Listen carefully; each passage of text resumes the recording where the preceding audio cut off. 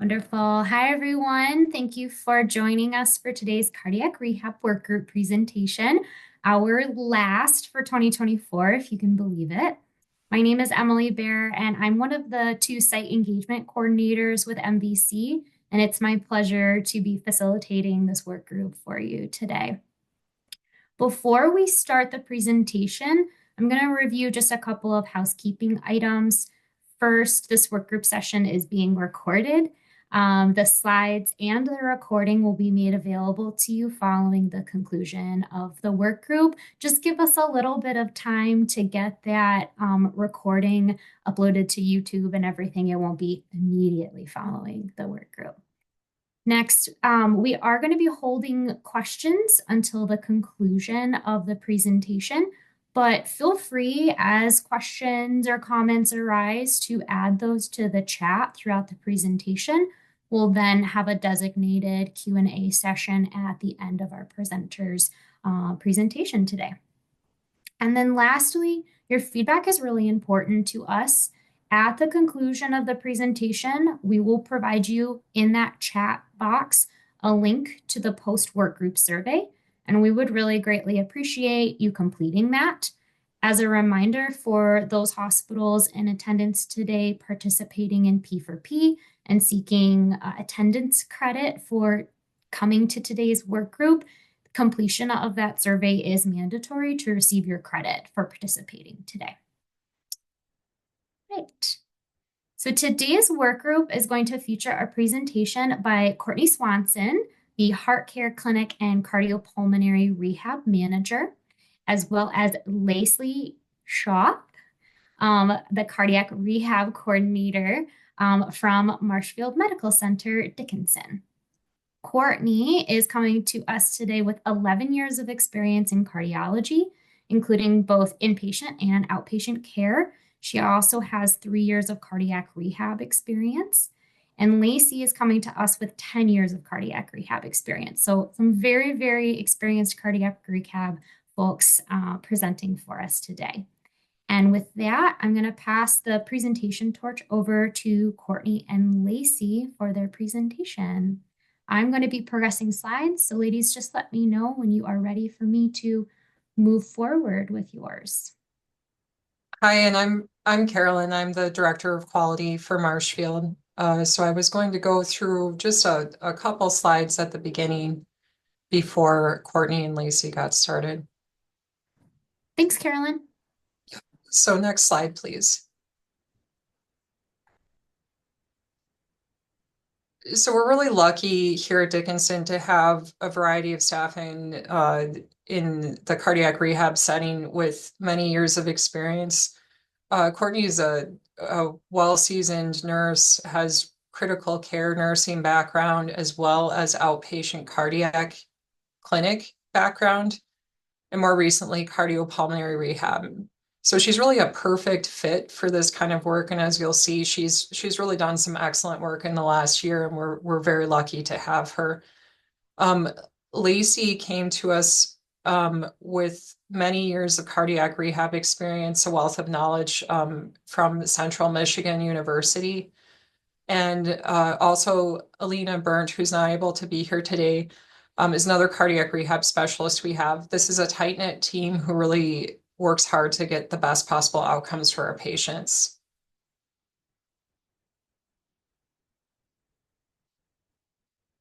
We have no financial disclosures today.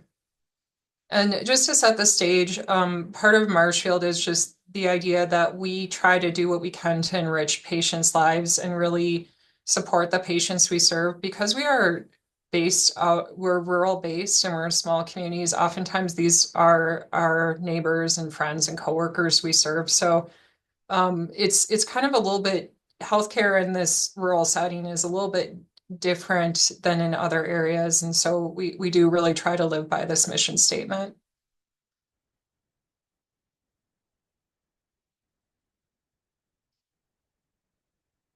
We try to make sure our actions are centered around our core values as seen below. And then just a little background about Marshfield Clinic. It actually was founded in 1916 with 4 founding physicians. Marshfield Dickinson was incorporated in 2022. So Dickinson's rather new to the Marshfield Clinic location, but we've been servicing this area at Dickinson for over 50 years.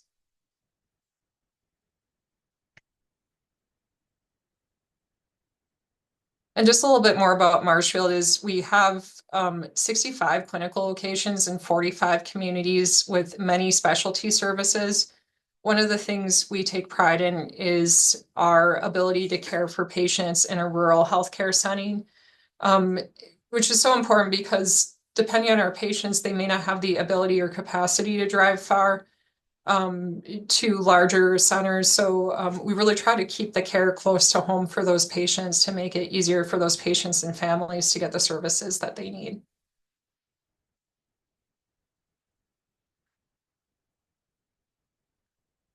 And some more information about Dickinson. We are a 49-bed hospital, including 5 primary care clinics and a variety of specialty clinics. And our footprint is actually all over the UP. We recently added a clinic actually in Marquette. We have 70 providers on staff and over 700 employees.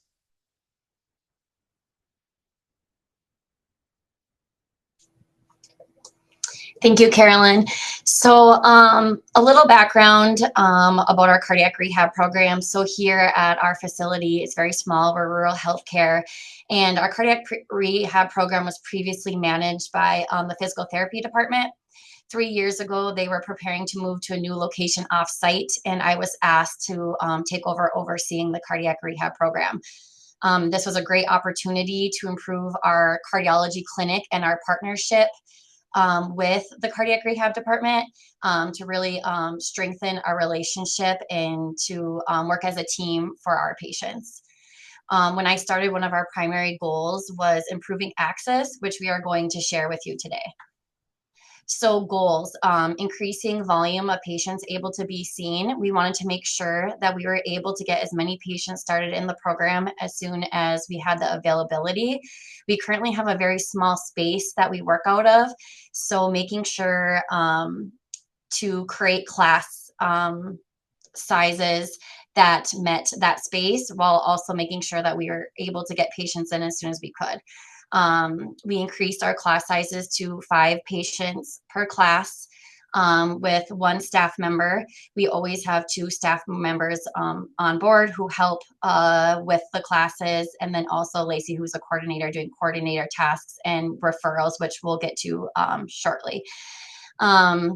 We also wanted to, or we added in a pulmonary rehab class and a cardiac rehab class per day. We had a backlog of pulmonary rehab referrals, and we wanted to make sure that we were able to add an additional class so we could get those patients in sooner. For tracking referrals, it was a system initiative to contact all new referrals within 2 days. This helped to make sure we were contacting the patients right away, and we started the process of educating patients about the program. We were speaking to them about their insurance coverage and scheduling them for their initial eval as soon as we could, or at least notifying them if there was a wait list of when they could expect to be seen in our program. This in turn helped to make sure that we were trying to see patients within 4 weeks of their event. And that way, that's like one of the goals, is to make sure that we get them in within that 4 weeks. Expanding services, we added a part-time interventional cardiologist who specializes in vascular. This addition was much needed for our community, as peripheral artery disease can be underdiagnosed and there can also be a delay in treatment. The next closest vascular provider to our area is almost 2 hours away. So a lot of patients, weren't able to go see a vascular provider because of distance. And now with Dr. Masabni being here locally, we were able to add the set pad program, which helps, to get the treatment for those patients, and also offers an additional service to our patient population. So some of the barriers that we have in rural our rural health care here is that the next closest cardiopulmonary rehab facility is 45 miles away. So living in a rural community, it makes it harder for patients to access healthcare. Increased drive time for patients, or it's difficult to find transportation. We don't have a lot of public transportation as far as buses or taxis or anything like that is concerned. So they do have to rely on their family or friends sometimes to bring them. And depending on how far away they live, that is a difficult barrier. Winter weather in the UP, we started to get some of that today, actually, some nice rain slush mix. So that is also difficult as well. You know, with the older population, they do not want to drive, especially if they're coming from 30, 45 miles away. Patients worried about falling or coming into rehab, our parking lot has a little bit of an incline. So unfortunately, that does kind of deter people from wanting to come in on those bad, snowy, icy days. Patients not wanting to commit to the program. I'm sure with everyone working in cardiac rehab, this is something that, you know, is probably across the board. We've really been trying to get our enrollment up, which you'll see in a few slides here. Here at Dickinson, we do not have a phase 1 or we do not have a cath lab. So a lot of our referrals are coming from outside facilities. Typically Green Bay, Wisconsin is where a lot of our interventions will be done. So that's about a two-hour travel. So they're seen here and then they typically have intervention elsewhere. Next slide, please. So overcoming those barriers, the biggest thing that we've tried to do with our initiative this year is be flexible with the schedule of patients. You know, when I first started cardiac rehab, it was like, you know, the typical 3 days a week. And we have really tried to change that a little bit for those patients who do live farther away, or maybe they're working or whatever the case is. So we've really tried to encompass, you know, if you're able to attend, we will take something rather than nothing. So we have patients who come 1, 2, and 3 times a week. This definitely helps with their different circumstances, trying to adapt and at least still get them into the program. We also try our absolute best to be flexible with like doctor's appointments and stuff like that. We'll let them come in early or come in on a different day, different class time. You know, we just want to try to accommodate as many patients as we can. Close partnership with our local cardiology providers, advocating for the importance of attendance. We have a whole team of great cardiology staff who do education in their appointments, making sure that they know the importance of cardiac rehab, and they just do an awesome job of advocating for our program, which really helps too. Education provided starting with the initial contact. Once I get that initial referral, I really try to provide education on the phone, let them know how important cardiac rehab is, you know, that it decreases readmission rates, mortality rates, and really try to provide education of what we do, you know, as far as education, smoking cessation, diet, you know, medication management, all that kind of stuff as well. Increasing our class size per staff member. That helps free up me specifically to be able to call those referrals within 2 days. That is one of my duties. And with having my coworker in the gym and then me being able to take on some of that office work, that really did help our initiative. And you'll see that here in the next few slides. And then adding a provider like Dr. Masabni, so we were able to start our SetPad program. So we have slowly started to incorporate those patients. It's not something that we are, you know, seeing a ton of right now, but we are getting referrals and working our way towards getting that even better. So next slide, please. So here are our results. As you can see, we were successful in achieving our goal, 26.8% increase in patients able to be seen by cardiac rehab from 22 to 23, with being on track for 24 to hopefully exceed our 2023 patient volumes. Pulmonary rehab, we had an increase of 121% since the beginning of this work, and this has really been very successful in getting in more patients and being able to help them get started in our program.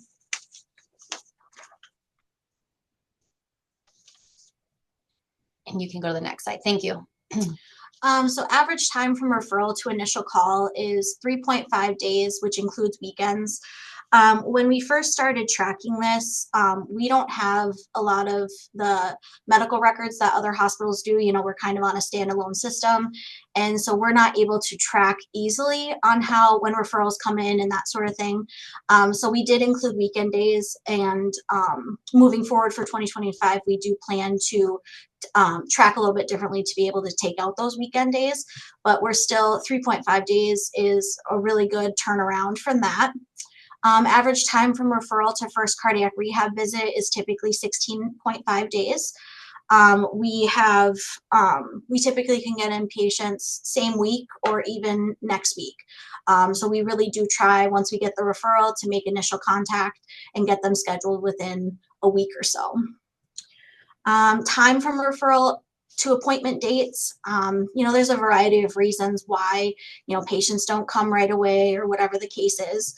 But unfortunately, one of our biggest issues that we have, especially with all those referrals coming from an outside facility, is that they are not done correctly, whether they're not signed correctly or whether they have the wrong diagnosis. That definitely can take away time from that patient being seen appropriately. So that is one of our biggest struggles, is constantly trying to get proper cardiac rehab orders. 53% attendance rates. So we have 53% of referrals chose to attend cardiac rehab, while 47% chose not to. And then the graph below kind of shows a few reasons on why. We have seen, the national average cardiac rehab attendance rate is 20 to 30%. So we definitely feel with our 53% that is quite good. We did have our local VA expand cardiac rehab services there. So we did lose a few referrals to the VA just because they cannot come here. But I mean, you can see from the graph, there's too far away, unable to exercise, co-pays, that sort of thing as well. That definitely deters patients from attending rehab. 9% of referrals chose not to pursue cardiac rehab due to co-pays typically $35 and above, or lack of insurance coverage. Thankfully here we have our financial counselor, and she calls the patient's insurance and kind of gets that information prior, kind of is able to take some of that hardship off of the patient. But unfortunately, we do see those higher copays, $35, $50. And so that is something that does deter patients from attending cardiac rehab. We do not have a phase 3 program or anything at this moment. So that is also something that, if they're not able to attend phase 2, it's kind of a hardship for us to at least get them into some sort of home exercise program or maintenance program. And then next slide, please. So controlling hypertension. So this was a system-wide effort in the ambulatory care to control blood pressure. That was a huge success. We wanted to make sure that we were catching and controlling hypertension, not only in cardiology and the cardiac rehab program, but at all points of contact within the system. So making sure that at any specialty clinic that they're going to, primary care appointment, that we are helping to control patients' blood pressure. Next slide. The heart failure program. So when taking over cardiac rehab, I was able to learn a lot about how cardiac rehab ran their heart failure program. They were sending out mailings to patients who were discharged with a heart failure diagnosis. Working together, we were able to help improve this program. We decided that instead of mailing out patient education, just kind of like blindly, that we made up packets and folders that we would go up to the floor before a patient was discharged, and we would go over teaching and education with the patients. They were able to ask us in person if they had any questions. One hardship with that is we don't always know before the patient gets discharged that they might have a new diagnosis of heart failure. So then we're catching that then on the clinic side. And when they are following up with our clinic, we have those packets that we are able to provide at that time. And usually we'll have a nurse go in the room and help educate. we get, or I should say, I get an email for every patient that is discharged with a heart failure diagnosis. And I will go through and make sure that they have a follow-up appointment within 7 to 14 days, making sure that we're keeping close eye on those patients. And then IV diuretics in the clinic. So we are able to give IV diuretics in our cardiology clinic, and this really helps to prevent readmission rates, but also to prevent patients from having to go to the emergency department. It's been really successful, and we are always making sure when we're educating our patients, if they start to feel symptoms, that they need to call us right away so we can come in to see if this is something that they need before they get so bad that then they do have to be hospitalized. So as you can see, like we always had a really good CHF, well, I should say, yeah, the readmission rate, but it has decreased over the past few years. We're consistently below national average, and we've had no readmission penalty for heart failure in the past 5 years. And then with this one, this was a hospital-wide initiative as well to reduce smoking. It started with our operating for surgeries. And so with cardiac rehab, we were able to hand out and help that as well. We would hand out brochures. We also would educate and show a smoking video on smoking cessation, and really just try to encompass that across the hospital, whether it was in clinics or cardiac rehab or down in surgery, really trying to help that just for the cardiovascular risk as well. You know, it's very important, and we wanted to definitely teach on that as well.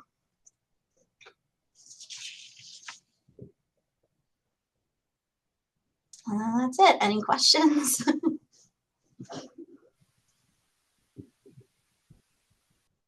Great. Thank you so much, Courtney and Lacey. Let's see, I saw something come through in the chat.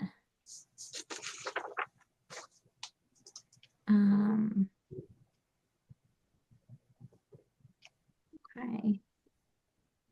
Not a question. Does anybody want to unmute and ask our presenters any questions today?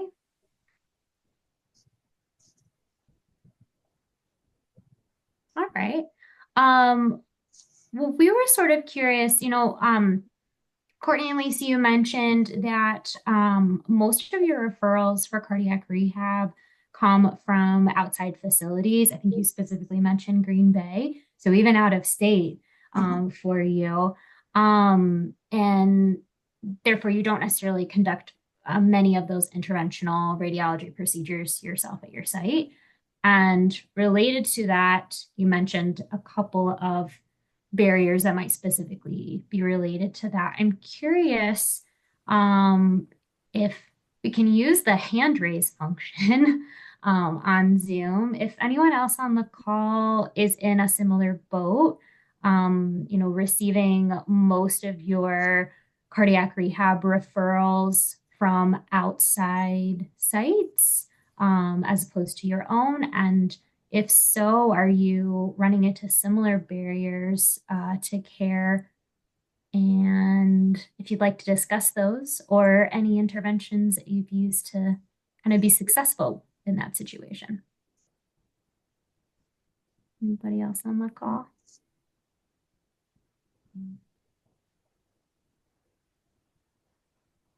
Hi, my name is Heather Watson. I'm the clinical outcomes coordinator as well as the congestive heart failure navigator at McLaren Port Huron Hospital. And I have a question. You talked about you had a very large success with controlling hypertension at all points of care. How did you go about doing that? You know, in terms of, you know, who puts orders in? Is it the attending? Is it the cardiologist? How does your facility do that?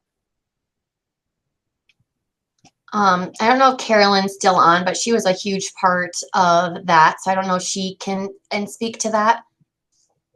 Yeah, I'm happy to speak to that. So we were looking at our ambulatory quality metrics and saw that we weren't hitting where we wanted to in terms of our controlling hypertension. We were also looking at our stroke numbers and our numbers of patients coming in for MI, and knowing that controlling blood pressure can help with that. We set out a system-wide initiative to every clinic that if a patient had a first high blood pressure, which is greater than 140 systolic or greater than 90 diastolic, that they would not remove the blood pressure cuff, that they would leave it on and do a second and or third blood pressure before leaving. If the patient was still to have a high blood pressure, we would at that time schedule a nurse follow-up visit right away, so that we'd keep them wrapped in our care and make sure that they got the appropriate treatment. This ended up being really successful. And from the beginning we started this fourth quarter of 23. And from Q1 of 24 on, we've been consistently at 80% or above. And when we audit, we have the ability to audit staff taking that second blood pressure in the clinics. And we've been finding that a lot of staff have successfully been able to do that. And then because the ambulatory analytics platform we have allows us to drill into patients who don't have a second blood pressure with a high initial blood pressure reading, we're able to drill in and give feedback to the specific staff and keep our communications really targeted. But I think just a big part of it is we have just excellent managers like Courtney and in the other ambulatory clinics who understand the importance of quality and just really, really want to put the patient first and make sure that we keep our patients safe. Hey, thank you. All right, so we are getting now some questions in the chat, so let me just kind of siphon through those really quickly. Believe Laura's question is related to cardiac rehab. She's curious if you could share your weekly volumes and sort of related to that, what your staff to patient ratios look like in your cardiac rehab clinics. Yeah, so for cardiac rehab, we have a 5 patient to 1 staff member ratio. That is mainly my coworker in the gym, and then I do a lot of the referral stuff, but I also help with the classes as well. And then our weekly volumes, so we have 7 hours of cardiac rehab Monday, Wednesday, Friday.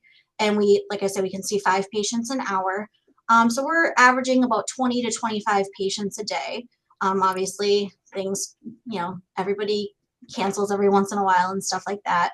But typically that's what it is for a cardiac rehab day.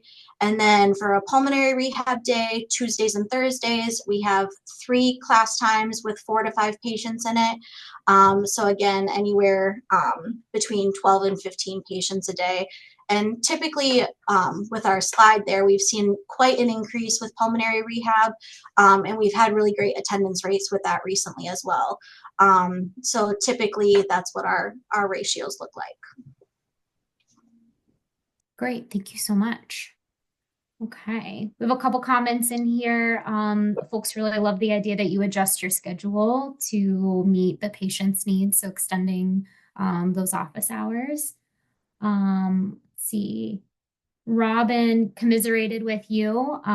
She is from a small rural hospital attached to a larger hospital.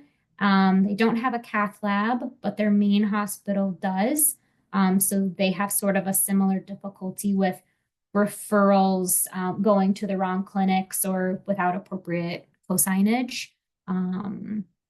Wondering, to kind of follow up on that, if anyone else has had difficulty specifically in the cardiac rehab space with appropriate referrals, co-signage. I mean, literally just that documentation piece of getting folks to cardiac rehab.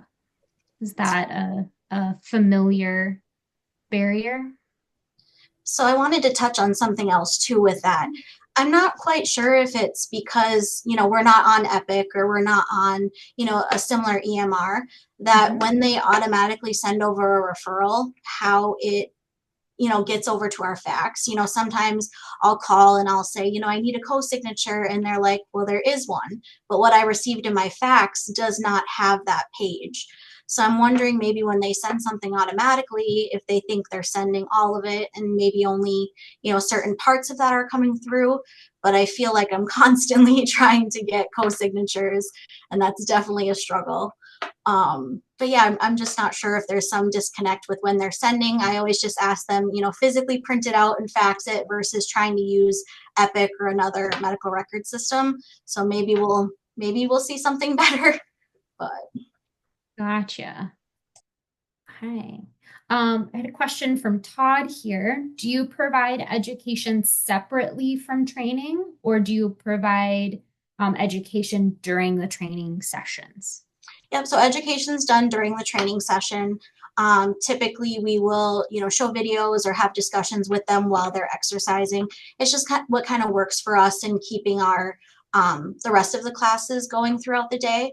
But we're able to still, kind of talk to 2 or 3 people at a time and then adjust. So it works well for us. Let's see. Helen, thanked you for your presentation and noted that it's nice to see expansion in the rural areas. Great. Okay. Any other questions that you'd like to ask our presenters today? You can either unmute yourself or pop those into the chat for us.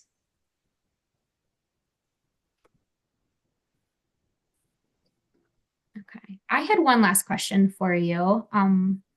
Unless Jackie, were you gonna unmute? I saw your video pop back on. Okay. So I recently attended the MyCR meeting a week and a half ago now. And there was a great presentation about a hybrid model for cardiac rehab. And it was specifically, sort of designed around communities that have a harder time physically getting to a cardiac rehab space. I'm wondering if you have considered, tried, or thinking about a hybrid approach to cardiac rehab, kind of given some of the barriers to care are more related to weather and travel. Yeah, so last year in 2023, I attended the AACVPR cardiac rehab workshop. And so they did talk a lot about the hybrid cardiac rehab. At this point, we haven't discussed it further. I mean, we might in the future. I mean, I definitely think it's a great option. Just not really sure, how to navigate that yet, but it definitely would be something that we could possibly consider, because it would definitely hit some of those topics of the distance and trying to get people attendance that wouldn't necessarily be able to attend cardiac rehab otherwise. So I did learn a lot about it at that conference, and I definitely would love to see that further. So great. Maybe we could help connect you. The presenter was Stephen Katayan.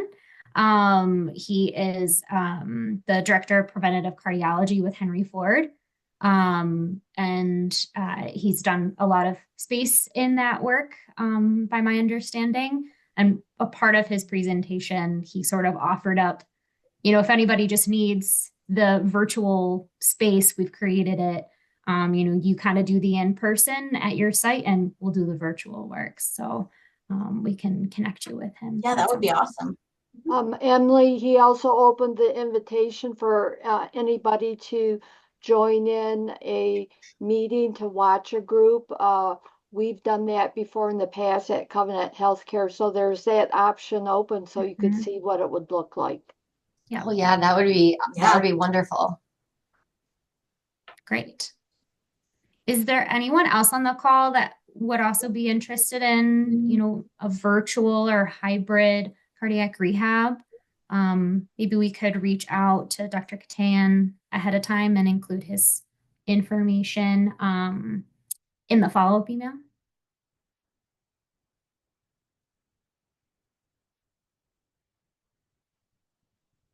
Okay.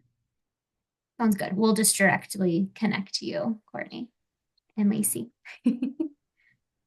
All right. Just double checking to see if we had any other questions come through while we were chatting.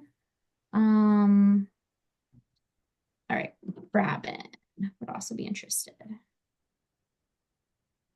in hybrid. Okay. Well, if there's no other questions, I'm just going to finish up with a couple of notes about future MVC work groups here. So our last two MVC work groups for 2024 are coming up in December. We've got our last post-discharge follow-up work group on Tuesday, December 3rd. That's going to be featuring a presentation by Crystal Young from Corwell Health Trenton and Natalie Holland from MDHHS. And then Thursday, December 12th, they're a little tight in December due to the holidays. We have our last rural health work group, which is going to be featuring a presentation by Tony Moriarty Smith from McLaren Northern Michigan Hospital. So we hope to see you there.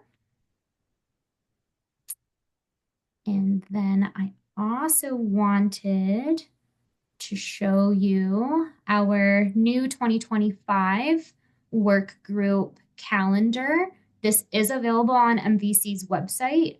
If you are ready to start thinking about which work groups you're planning to attend in 2025, you'll note we'll still have a lot of our kind of focus topics, including cardiac rehab throughout the year. We're also going to have more health and action work group opportunities.